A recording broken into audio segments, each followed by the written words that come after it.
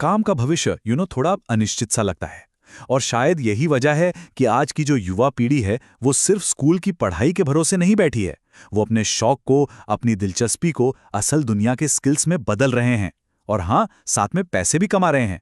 तो चलिए इसी बारे में थोड़ा और जानते हैं। और देखिए, ये सिर्फ कोई छोटा मोटा ट्रेंड नहीं है। जरा इस आंकड़े पर नजर डालिए। 71% टीनेजर्स बड़े होकर अपना खुद का बिजनेस शुरू करने के बारे में सोचते हैं। ये सिर्फ एक नंबर नहीं है, ये सोच में एक बहुत बड़े बदलाव का इशारा है। आज के युवा नौकरी ढूंढने वाले नहीं, बल्कि नौकरी बनाने वाले बनना चाहते हैं। तो सवाल ये है कि इतनी जल्दी अभी से शुरुआत क्यों की जाए? देखिए, बात सिर्फ पैसे कमाने की नहीं है। इसके फायदे कहीं ज्यादा गहरे हैं। ऐसे फायदे जो कॉलेज में और उसके बाद की जिंदगी में भी आपको दूसरों से 2 कदम आगे रख सकते हैं। जरा सोचिए, अपने कॉलेज एप्लीकेशन में ये लिखना कि 16 साल की उम्र में अपना एक बिजनेस चलाया और उससे प्रॉफिट भी कमाया। ये आपको भीड़ से बिल्कुल अलग खड़ा कर देगा। साथ ही आप फैसला लेना, पैसे संभालना जैसे जरूरी लाइफ स्किल्स सीखते हैं। एक प्रोफेशनल नेटवर्क भी बनना शुरू हो जाता है। और हाँ, बचत या खर्च के लिए एक्स्ट्रा पैसे वो तो हैं ही। तो ठीक है, अब कुछ आइडियाज की बात करते हैं। सबसे पहले आते हैं क्रिएटर इकोनॉमी पर, मतलब डिजिटल दुनिया में कमाई का एक जरिया।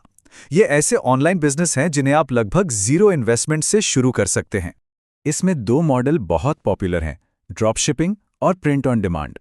ड्रॉप शिपिंग में क्या होता है, आप किसी सप्लायर के प्रोडक्ट बेचते हैं और सामान रखने और भेजने की सारी जिम्मेदारी उसकी होती है। और प्रिंट ऑन डिमांड में आप टी-शर्ट या मग जैसी चीज़ों पर अपने डिज़ाइन बेचते हैं और वो तभी बनते हैं जब कोई ऑर्डर आता है। मतलब दोनों ही मामलों में स्टॉक रखने का कोई झंझट नहीं। और पता है, एक ऑनलाइन क्रिएटर के तौर पर कमाई की पोटेंशियल भी काफ़ी ज़बरदस्त है। इंस्टाग्राम या टिकटॉक पर अगर आपके 10,000 से 1 लाख फॉलोअर्स भी हैं, तो भी एक पोस्ट या वीडियो से $100 से $500 तक कमा सकते हैं। और यूट्यूब पर पार्टनर प्रोग्राम के जरिए हर 1,000 व्यूज़ पर लगभग $3 से $5 बन जाते हैं। और ये कमाई सिर्फ विज्ञापनों या स्पॉन्सर्ड पोस्ट से ही नहीं होती। यूट्यूबर शुभम टॉक्स की ये बात सुनिए। जब मेरी यूट्यूब इनकम जीरो थी, तब भी मैं एफिलिएट मार्केटिंग से 5,000 से 10,000 रुपये महीने कमा रहा था। इससे साफ पता चलता है कि कमाई के और भी कई रास्ते हैं। इसके अलावा पैसिव इनकम के लिए डिजिटल प्रोडक्ट्स बेचना एक कमाल का तरीका है। सोचिए, डिजिटल नोट्स, स्टडी गाइड्स या फिर फोटो प्रीसेट्स, ऐसी चीजें एक बार बना दी और फिर वो बार बार बिकती रहती हैं। एक बार मेहनत और बार बार कमाई, यही तो है पैसिव इनकम का जादू, वो भी बिना किसी शिपिंग या इन्वेंट्री की टेंशन के। चलिए अब ऑनलाइन दुनिया से बाहर आते हैं और अपने आस पड़ोस की दुनिया में मौके तलाशते हैं। अब बारी है अपने ही मोहल्ले के सीईओ बनने की, यानी द लोकल सर्विस प्रो। एक लोकल सर्विस बिजनेस शुरू करना बहुत आसान हो सकता है।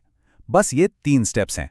पहला, अपने आस पड़ोस में किसी जरूरत को पहचानिए, जैसे कार धोना या पौधों की देखभाल।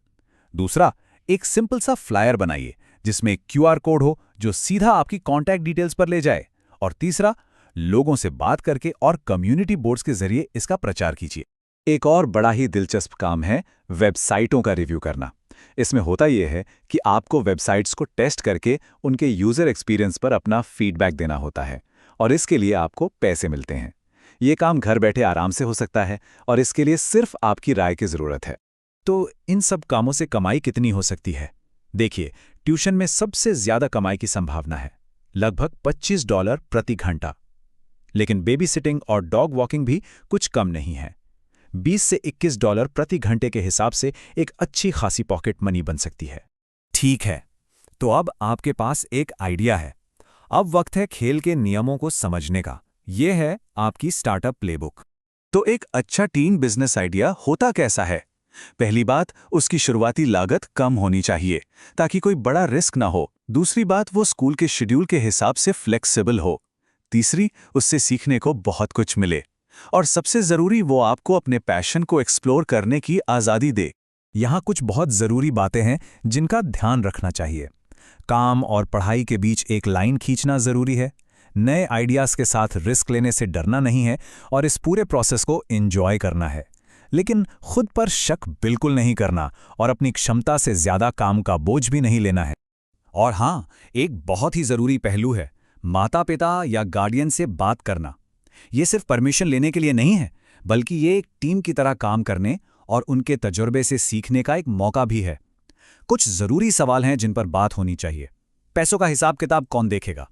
हर हफ्ते कितना समय लगाया जाएगा? और बेसिक नियम क्या होंगे? तो ये सब जानने के बाद अब बस एक ही सवाल बचता है जो सबसे ज्यादा मायने रखता है। आपका वो बड़ा आइडिया क्या है?